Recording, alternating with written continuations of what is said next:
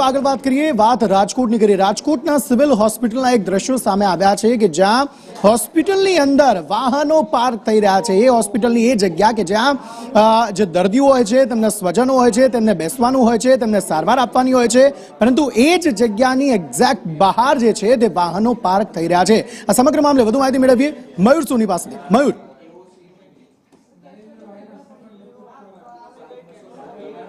બિલકુલ જે પ્રકારે રાજકોટ સિવિલ હોસ્પિટલ વારંવાર જે છે તે વિવાદમાં આવતી હોય છે, ત્યારે ફરી એક વખત તે વિવાદમાં આવી છે, કારણ કે એક્સરે રૂમ પાસે જે સિવિલનો કેમ્પસ છે તેમાં એક્સરે રૂમ આવેલો છે। ત્યાં કર્મચારીઓ જે છે તેમના દ્વારા જ વાહનો જે છે તે પાર્ક કરી દેવામાં આવે છે અને અગાઉ પણ આ પ્રકારના વિડીયો જે છે તે વાયરલ થયા હતા। ત્યારે વધુ એક વખત આ વિડીયો જે છે તે વાયરલ થયો છે કે જે એક્સરે રૂમ પાસે જે કર્મચારીઓ જે છે સિવિલના કે ત્યાં પોતાના વાહનો જે છે તે પાર્ક કરવામાં આવે છે। બીજી તરફ જે દર્દીઓ જે છે તેમને 1 કિલોમીટર સુધીને ચાલીને આવવું પડે છે, તેમના વાહનનું પાર્કિંગ જે છે તે અલગ રાખવામાં આવ્યું છે, પરંતુ કર્મચારીઓ માટે આ પ્રકારનો નિયમ જે છે તે બનાવવામાં આવ્યો છે। તેમને નિયમોનું પાલન કેમ નથી કરવામાં આવી રહ્યું તેમને લઈને અનેક સવાલો જે છે તે ઉભા થઈ રહ્યા છે।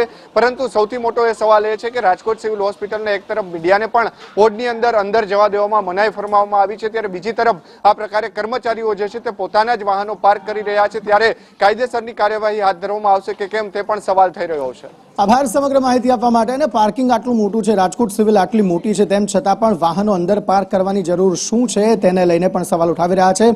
જાગૃત નાગરિક જેમના દ્વારા વિડીયો પોસ્ટ કરવામાં આવ્યો છે તેમને ખૂબ ખૂબ ધન્યવાદ, કારણ કે આ પ્રકારના મામલાઓ ઘણી વખત સામે આવતા હોય છે, પરંતુ જ્યાં સુધી આ મામલો મીડિયામાં નથી આવતો, સમાચારોમાં નથી આવતો, ત્યાં સુધી કોઈ કાર્યવાહી નથી થતી। હવે કોઈ કાર્યવાહી થાય તો નવાઈ નહીં।